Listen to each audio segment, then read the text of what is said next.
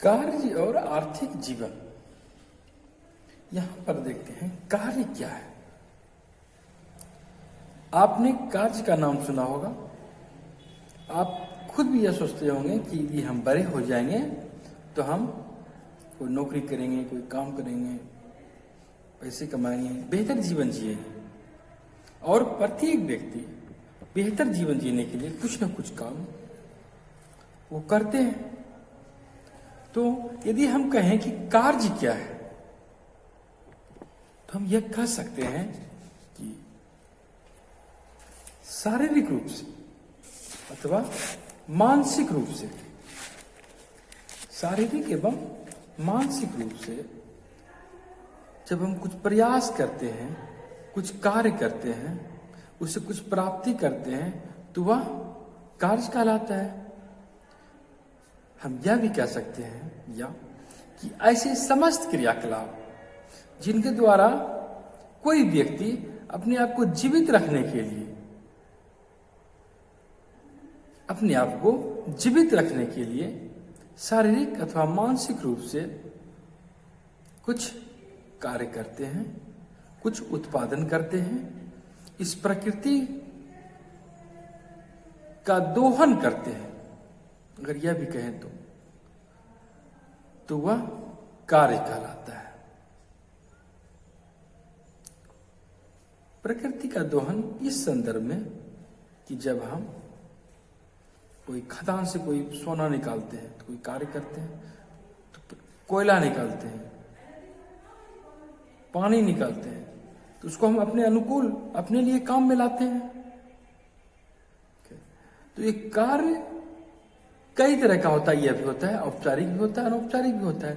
कुछ कार्य ऐसे होते हैं जिससे कि हम उत्पादन करते हैं और कुछ कार्य ऐसे होते हैं जो अनुत्पादक कार्य कहलाते हैं। कुछ कार्य ऐसे होते हैं जो हम काम करके पैसे कमाते हैं और कुछ कार्य ऐसे होते हैं जो हम काम भी करते हैं पर पैसे भी नहीं कमाते हैं। ऐसे भी आपने देखा होगा। और अमूमन हम काम इसीलिए करते हैं, कोई नौकरी करता है इसीलिए कि वो वेतन पाता है। लेकिन जब आप खेल खेलते हैं तो वहां भी काम होता है, विद्यालय जाते हैं वहां भी काम होता है, बागवानी करते हैं वहां भी काम होता है, पर वहां पर उसकी प्राप्ति में आपको कुछ नहीं मिलता है। जब आप वॉलंटरी सेवा देते हैं, स्वैच्छिक रूप से कहीं सर्विस कर देते हैं, तो वहां भी मेहनत होती है, पर वे भी नियोजित कार्य में नहीं आते हैं, उसका भी मेहनताना आपको नहीं मिलता है।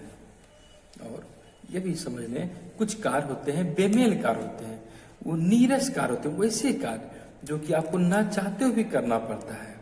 ऐसे भी कभी कभी होता है कुछ बच्चों को जो उनकी उम्र है पढ़ने लिखने की, खेलने की, लेकिन उन्हें मजदूरी करना पड़ता है, ऐसे काम करना पड़ता है जो कि वे नहीं, उन्हें पसंद नहीं है। जैसे कि बच्चे का खिलौना हो या किसी का पंखा डोलाना हो या किसी मालिक का सिर मालिश करना हो। ऐसे भी उदाहरण किताब में दिए गए हैं कि नहीं चाहते हुए भी जो है वो काम करना पड़ता है और ऐसे नीरस कार्य बेमेल कार्य की श्रेणी में आते हैं। अब देखते हैं कार्य के आधुनिक रूप और श्रम विभाजन। कार्य के स्वरूप में आधुनिक समय में परिवर्तन आ गया है। आधुनिक समाज में अधिकतर लोग काम करते हैं और मशीन से काम होता है और अब कंप्यूटर पर काम होने लगा। वहीं पूर्व आधुनिक समाज में, आधुनिक समय से पहले अगर देखें तो ज्यादातर लोग खेतों में काम करते थे और पशु की देखभाल करते थे, खेत में रहते थे और पशु भी साथ रखते थे। आपने देखा होगा पशुपालन अभी भी बहुत से लोगों में देखते हैं आप कि वे पशु रखते हैं, भेड़ हो, बकरी हो, गाय हो, भैंस हो, घोड़ा हो, गधा हो, बहुत सारे पशु रखते हैं। और पहले के समय में इस पर लोग अधिक निर्भर था, खेती भी करते थे ज्यादा संख्या में, और हल जोतना होता था तो उसी पशु का सहारा लेते थे। और फिर यदि आपने देखा होगा कि बीच में खंबा, चारों बगल बैल को जो है, उसको जो है धान जो बचा हुआ उसमें रहता था, उसको उसे छुड़ाने के लिए उसी पशु का सहारा लेते थे।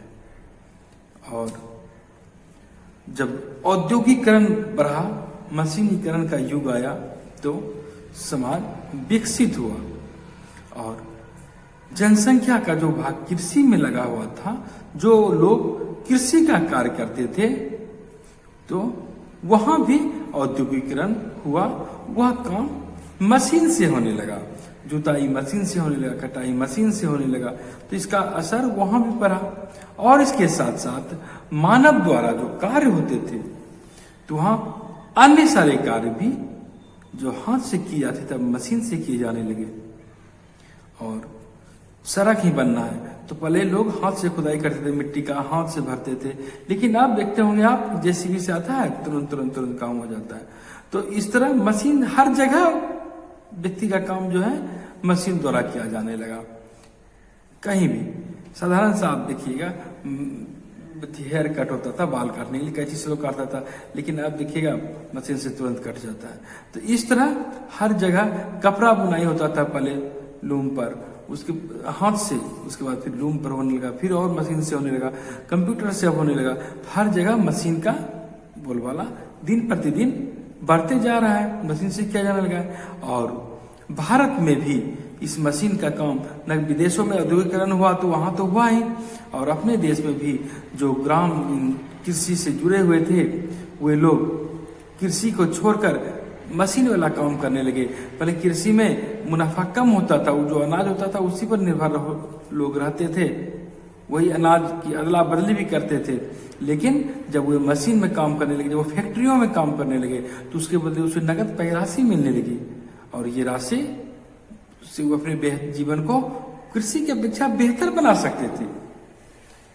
तो ये कृषक मजदूर फैक्ट्रियों के मजदूर हो गए। और साथ साथ सेवा क्षेत्र में भी बदलाव देखने को मिला है। अब आप देखिएगा, कोई भी काम, कितना ऑफिस खुल गया है, हर जगह पहले महाजन होता था, वो पैसे के लेन देन करते थे, लेकिन अब आप देखिए बैंक से काम होता है, लोग वहां से पैसा जमा करते हैं और जरूरत पड़ने पर वहां से कर्ज लेते हैं, और कितने तरह के ऑफिस आप देखिएगा। तो इस तरह हर जगह बदलाव आया है। और हमारे समाज की अर्थव्यवस्था भी जो है वो, वहां पर जटिल श्रम विभाजन पहले दिखता था, और आप देखिएगा कि यहाँ अब व्यवसाय में विभाजन हो गया है। सब लोग हर एक चीज के एक्सपर्ट हो गए, विशेषज्ञ हो गए हैं। पारंपरिक समाज में गैर कृषि कार्य को हस्त कौशल की दक्षता के साथ जोड़ा जाता था, जो कि कृषि नहीं करते हैं।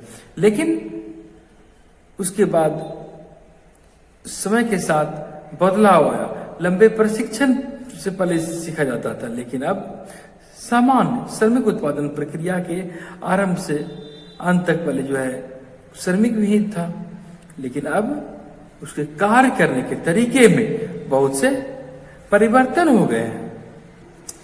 आधुनिक समय में कार्य की स्थिति में ही परिवर्तन देखा जाता है कि औद्योगिकरण के पहले की बात देखें तो अधिकतर कार्य घर पर ले किए जाते थे, और पूरा घर के परिवार का सारा सदस्य मिलकर सामूहिक रूप से वो काम करते थे, उस पर वो हाथ बताते थे।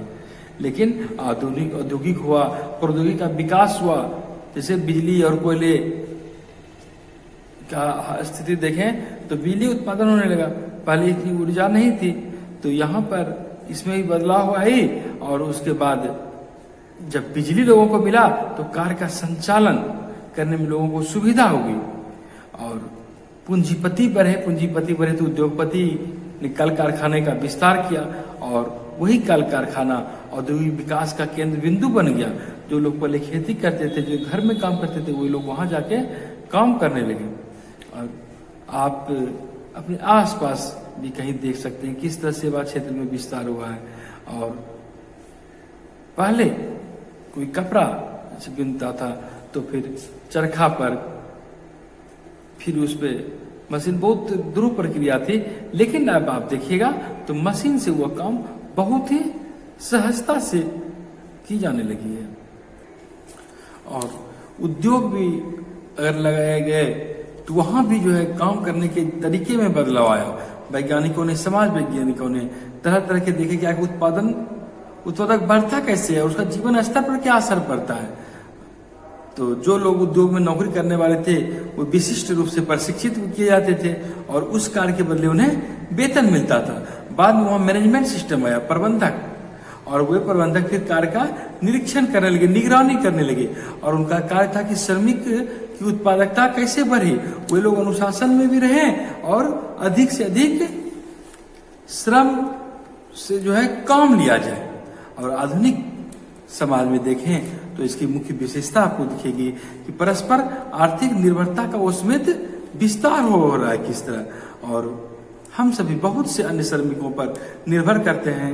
हालांकि श्रमिक आपको अभी भी दिख जाएंगे, आप किसी भी शहर के चौक चौराहे पर जाइए तो सुबह सुबह वहां पर आपको श्रमिक श्रम बेचते नजर आ जाएंगे। आप उसको खरीद के लाते हैं कि चलिए मेरे यहाँ मजदूरी कीजिएगा और कम पैसा मिलेगा। अभी भी हालांकि श्रमिक है, लेकिन पहले श्रमिक की भी स्थिति अच्छी नहीं थी, उन्हें रोजगार भी नहीं मिलता था।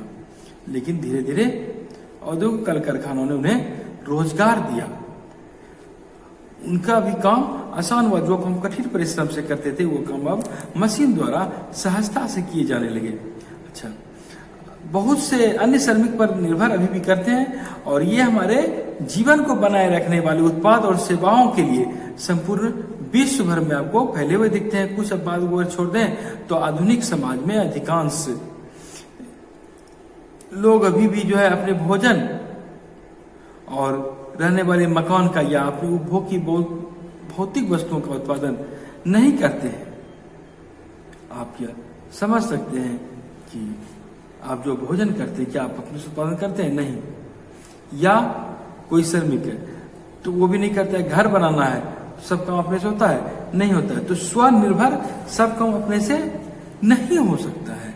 कार्य का विशेषीकरण हो गया है कार्य का, और परस्पर निर्भरता भी बढ़ती जा रही है और श्रम विभाजन ने आधुनिक स्वरूप को बदला भी है, इसे विस्तार भी दिया है।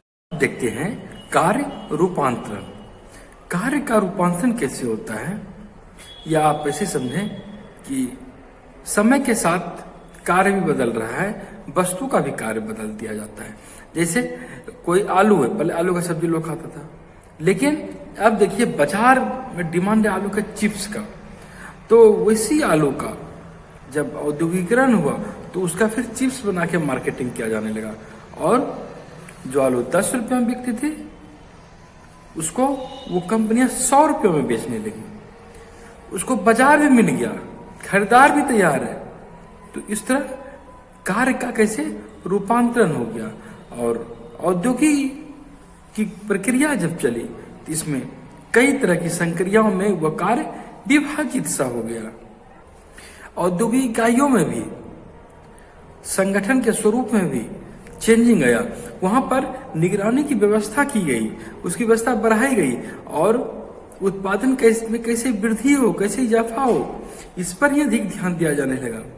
और थोक बाजार की मांगे उठी, उसकी आवश्यकता महसूस हुई, उत्पादन की प्रक्रिया में नए नए परिवर्तन हुए। इस सब तरह की बातें हमें देखने को मिलती है।